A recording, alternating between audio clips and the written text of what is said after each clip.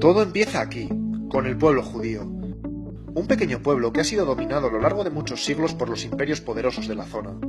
Es un pueblo especial, porque ha desarrollado la idea de ser el pueblo elegido por Yahvé, su Dios, y además esperan que un día Dios les envíe un Salvador, un Mesías, que les libere. Alrededor del año cero, la situación de este pueblo no es buena. Está dominado por el Imperio Romano y al mando de unos dirigentes totalmente despreocupados de su gente. Y justo en ese momento llega él, Jesús, un hombre de familia humilde que durante sus 3 últimos años de vida se dedica a predicar, a difundir un mensaje muy potente y novedoso para aquella cultura. Fíjate, a través de su mensaje insiste a la gente del pueblo llano a ser solidarios unos con otros, y a los ricos los critica de forma dura e hiriente. Era un hombre con mucho carisma, por lo que resultó muy convincente y reunió muchos seguidores. De hecho, empieza a pensarse que Jesús es Cristo, el enviado de Dios que tanto tiempo llevan esperando. Se hace tan popular que se convierte en una figura muy incómoda para las autoridades judías y acaban matándolo en la cruz. Pero con ello no consiguen su objetivo. Como sabes, Jesús tuvo 12 grandes discípulos, los 12 apóstoles.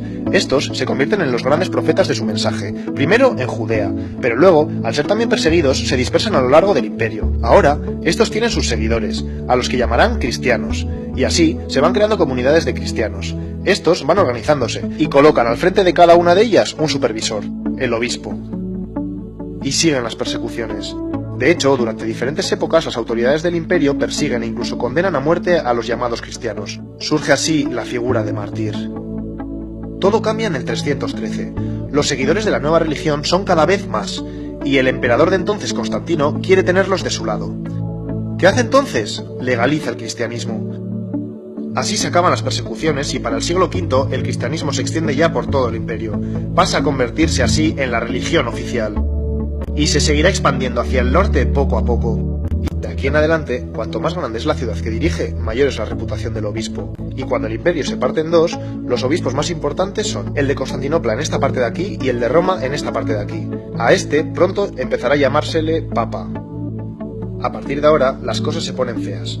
Atento, por un lado, con la conversión a lo bestia de la población al cristianismo, se pierde en gran parte el mensaje revolucionario de Jesús. A esto se le suma que el imperio cae, los bárbaros lo han dejado todo medio en ruinas, y por tanto mucha de la organización eclesiástica se va al garete. Así que ahora el cristianismo ha perdido contenido y ha perdido estructura. Y fíjate, porque en la ciudad de Roma, ahora que no hay emperador, el Papa se convierte en la máxima autoridad, en la figura más poderosa. Atento, porque en esta otra zona están pasando cosas importantes. En el siglo VII surge una nueva religión en Arabia, el Islam. Toda una revolución en el mundo árabe y con gran dinámica militar. Pues bien, el Islam va ocupando toda esta zona, hasta llegar aquí, incluso hasta Roma. Y así, se enciende la tensión entre cristianos y musulmanes, que en lugar de ver las similitudes de sus religiones, se enfrentan por intereses políticos y militares. Luego te sigo contando. Volvamos a hablar del Papa, que ya verás qué lío. Como te he dicho, ahora, el Papa es la máxima autoridad de Roma. Pues bien, de aquí en adelante, va involucrándose en los enredos, alianzas y luchas de poder característicos de cualquier persona interesada en dominar. Y durante los siguientes siglos, seguirán peleando por mantener su poder y ejercer autoridad sobre todo. Hacen vida de reyes, y la corrupción y la avaricia se convierten en algo común entre la mayoría de los papas sucesivos. Increíble, ¿verdad? Poco se parece todo eso al mensaje que quería transmitir Jesús, ¿no? Siglo XI. El cristianismo se ha ido reestructurando y se extiende más o menos así. ¿Te acuerdas de Roma y Constantinopla? Pues entre tanta decadencia se genera entre ambos obispos grandes tensiones, y en 1054 se produce una ruptura, el gran cisma entre las dos iglesias. A partir de ahora se divide la iglesia romana aquí y la iglesia ortodoxa aquí. Pero paremos un momento, que no todo es degeneración en el cristianismo. Te hablo de los monjes benedictinos, que desde el siglo VI van extendiéndose por gran parte de Europa. Estos, siguiendo la esencia de la palabra de Jesús, se organizan en monasterios y ayudan a la gente de los pueblos próximos a reorganizarse y a mejorar la calidad de sus vidas, que por entonces era miserable. Esto es otra cosa, ¿no? Y ya verás, a lo largo de la historia van a existir dos mundos dentro del cristianismo. La iglesia de base, más humana y sensibilizada con las necesidades sociales del mundo, y la de la jerarquía, centrada mucho más en mantener su estatus. Volvemos a la tensión entre cristianismo e islam. Lo de ahora te suena seguro. Por un lado, en la península ibérica se produce la Reconquista, de 722 a 1492. Los ejércitos cristianos van ganándole terreno a los musulmanes hasta recuperar todo esto.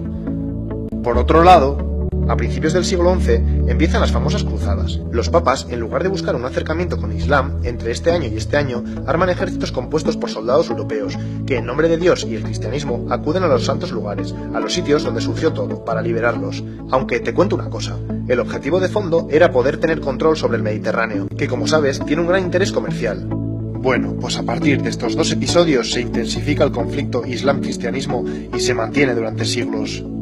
Paralelamente está ocurriendo otro episodio oscuro. En 1184 surge la Inquisición, que fue especialmente importante en toda esta zona. Te explico. A lo largo de más o menos 6 siglos, todo aquel que cuestiona la doctrina oficial cristiana se le considera hereje. Y ser hereje es ser enemigo de la Iglesia, así que la Inquisición lo persigue, lo castiga, tortura e incluso mata. ¿Te acuerdas de los mártires de la época del Imperio Romano? Ya ves que para esta época se le ha dado la vuelta a la tortilla. Pero no todos son sombras en la Iglesia. Antes te he hablado de los monjes benedictinos y su labor de ayuda, pues para ahora han surgido nuevas órdenes religiosas. Cistercienses, los cartujos y cartujas, los franciscanos, las monjas clarisas y los dominicos y dominicas. Todos ellos tienen como misión atender a necesitados y ayudar a los pobres. Mejor así, ¿no? Atento ahora, porque sucede algo importante. En el siglo XVI aparece en escena Martín Lutero, un monje alemán que se queda escandalizado cuando va a Roma y se encuentra con todo el desastre que te he contado de la jerarquía eclesiástica, así que emprende lo que se conoce como la Reforma Protestante. Busca la reforma, el cambio radical de la estructura de la Iglesia. Pues bien, como reacción se produce el famoso Concilio de Trento, reunión de obispos.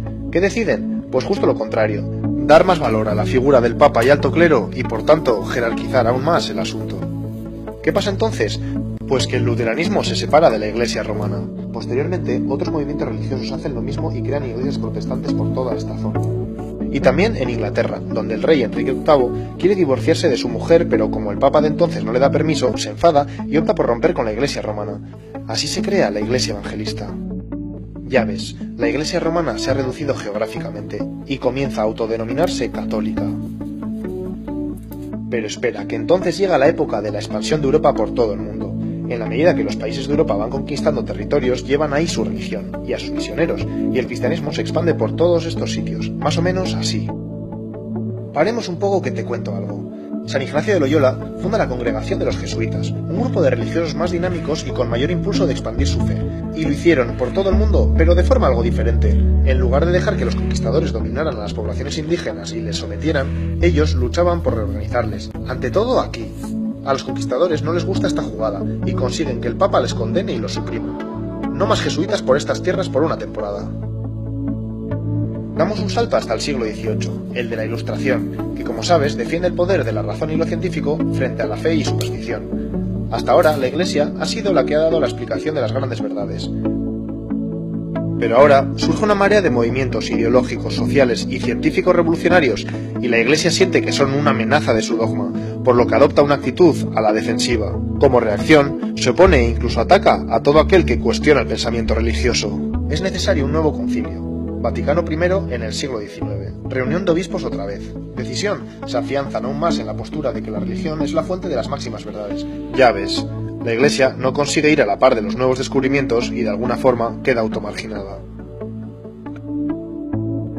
Menos mal que la moneda tiene otra cara. No te olvides que en contraposición a todo esto que te cuento, sigue existiendo una gran dinámica religiosa. En estos siglos se crean cientos de congregaciones religiosas para salir de ese estancamiento, extender así, a lo largo del planeta, la vida cristiana, y además, hacer una labor humanitaria y de ayuda para mejorar la sociedad. Llega el siglo XX. Con todos los desastres de las guerras mundiales y ante el encierro del pensamiento de la Iglesia que te he contado, progresivamente surge la teología de la liberación. Los seguidores de la teología de la liberación desean un cambio en la dinámica que ha adquirido la Iglesia, y así centrarse en los verdaderos problemas sociales del mundo para solucionarlos. La teología de la liberación adquiere tanta fuerza que provoca un nuevo concilio, el del Vaticano II. En el concilio se decide apostar por este cambio, ya era hora. Sin embargo, en las décadas siguientes, ese espíritu del concilio no llega a cuajar tanto como se esperaba dentro de la jerarquía eclesiástica. Eso sí, en numerosas zonas del planeta sigue habiendo una dinámica de personas cristianas que continúan siendo fieles al mensaje de Jesús y que buscan la solidaridad entre gentes y pueblos. Hemos llegado a la actualidad.